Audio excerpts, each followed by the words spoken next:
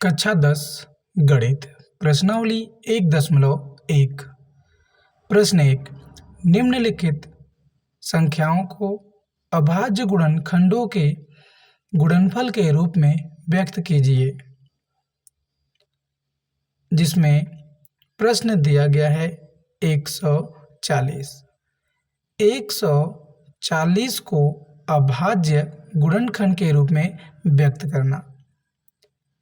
तो लिखेंगे 140 और आप ध्यान से देखेंगे हर एक सवाल को परफेक्टली और आसान तरीके से आपको बताया जाएगा। अब 140 का अभाज्य गुणनखंड करना है। तो देखिए किसी भी संख्या के अंत में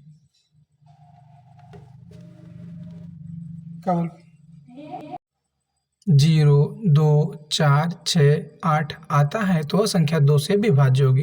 तो ये 140 के बीच में है तो 2 से काटेंगे। 2 साते 14, 2 फिर 0, 2 तिहाई 6, 1 बचा और 0 10, 2 बचे 10। अब ये 5 से कटेगा तो लिखेंगे 5 सते 35। ठीक है, 5 सते 35। अब इस 7 किससे कटेगा? सिर्फ 7 से। 7 इकाई 7। तो इसका अभाज्य गुणन 140 का अभाज्य गुणनखंड हो गया 2 गुणे 2 गुणे 5 गुणे 7।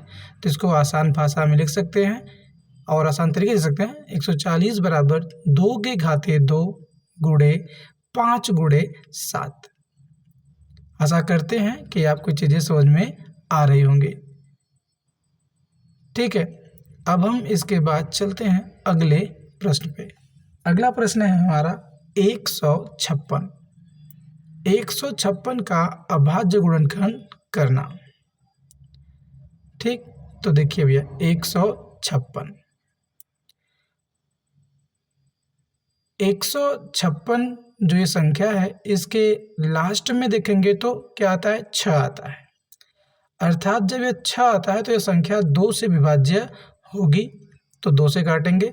2 सते 14, 2 सते 14 फिर 2 अट्ठे 16 फिर 8 आया 2 से कटेगा। 2 तिहाई 6, 2 9 18। अब ये संख्या 2 से नहीं कटेगी, 3 से कटेगी। और एक 3 इकाई 3 और 3 त्रिका 9, 13 इकाई 13। तो इसका गुणनखंड हो जाएगा 2 गुणे 2 गुणे 3 गुणे 13। इसको घात के रूप में लिख पाएंगे तो 156 बराबर 2 के घाते 2 गुणे 3 गुणे 13।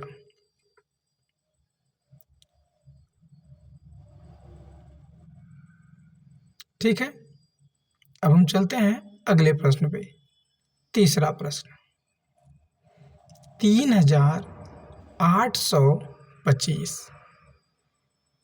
3825 का हमें क्या निकालना है? अभाज्य गुणनखंड ज्ञात करना है।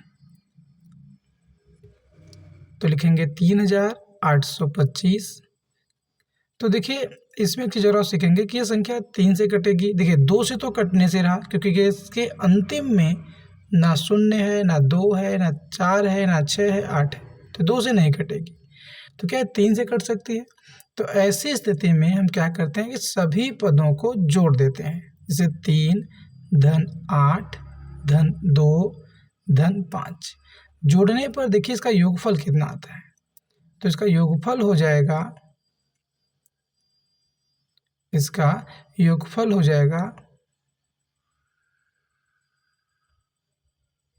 +5। तो इसका योगफल हो जाएगा देखिए 8 और 2 10, 10 5 15, 15 3 18। ठीक है, इसका आंसर हो जाएगा 18। 18 देखिए क्या 2 से ये 3 से कट सकता है? हाँ, 3 छक 18, 18 3 के पहाड़ा में आता है। इसका मतलब 3825 जो संख्या है ये 3 से विभाजित होगी। तो 3 इकाई 3, 3 दूना 6, 3 सात 21 और 3 पचे 15। उसी तरह इसको भी देख सकते हैं। तो ये भी संख्या क्या होगी? 3 से विभाजित होगी। तो लिखेंगे 3 चौक के 12, 3 दूना 6 और 3 पचे 15। अभी 3 से नहीं कटेगा तो किससे कटेगा? 5 से कटेगा। तो लिखेंगे 5, 5 अठे 40 और 5 पचे 25। ये 5 से 5 इकाई 5, 5 तिहाई 15। हाँ 5 इकाई 5, 5 सते 35 होगा तो 17 इकाई 17। ठीक है, तो जाएगा 3 गुणे 3 गुणे 5 गुणे 5 गुणे 17।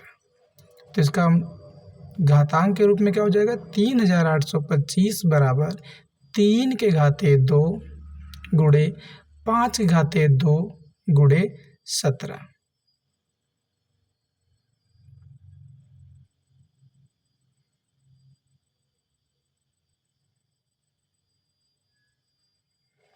अब अगला सवाल है चौथा, 5005। ठीक है, 5005। क्या यह संख्या या इस संख्या का गुणनखंड कितना होगा? तो लिखेंगे 5005 का गुणनखंड ज्ञात करेंगे। तो भी चेक भी कर सकते हैं क्या 3 से कटेगा कि नहीं कटेगा। देखिए 2 से तो कन्फर्म ये नहीं कटेगा, तो 3 से हम चेक कर सकते हैं। तो 3 जोड़ेंगे तो 5 और 5 कितना होगा 10 ही आएगा, अर्थात 3 से भी नहीं कटेगा। तो कितने से कटेगा, या 5 से कटेगा। 5 इकाई 5 0 0 5 इकाई 5। ठीक है, अब ये बड़ी संख्या है 1001, तो 7 से काटेंगे। 7 इकाई 7, 3 बचा, तो 7 चौक 28 और 7 त्रिक 21। ठीक है, फिर ये 11 से कटेगा। 11 एक में 11 11 33, फिर 13 से कटेगा। 13 इकाई 13, तो जाएगा 5 गुणे 7 गुणे 13। ठीक है, 5 गुणे 7 गुणे 11 गुणे 13, ये इसका गुणनखंड हो गया।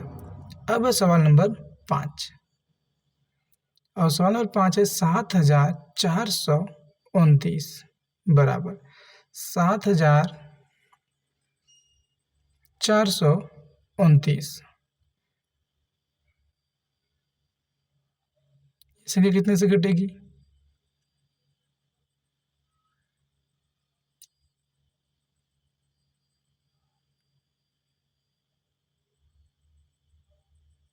ठीक, इसको 17 से काटेंगे। 17 चौक 68, 17 51। ठीक है, तो ये कटेगा कितने, 17 से आया 437। फिर 19 से काटेंगे। 19 दूनी 38, 19 यहाँ 57। फिर ये 23 कटेगा। 23 इकाई 23, तो इसका अभाज्य गुणनखंड हो गया 17 गुणे 19 गुणे 23। ठीक है, 17 गुणे 19 गुणे 23, इसका अभाज्य गुणनखंड हुआ। तो हम आशा करते हैं कि यह वीडियो आप सभी लोगों को अच्छा लगा होगा और सवालें समझ में आई होंगी। अगर अच्छा है तो आप चैनल को सब्सक्राइब जरूर करें।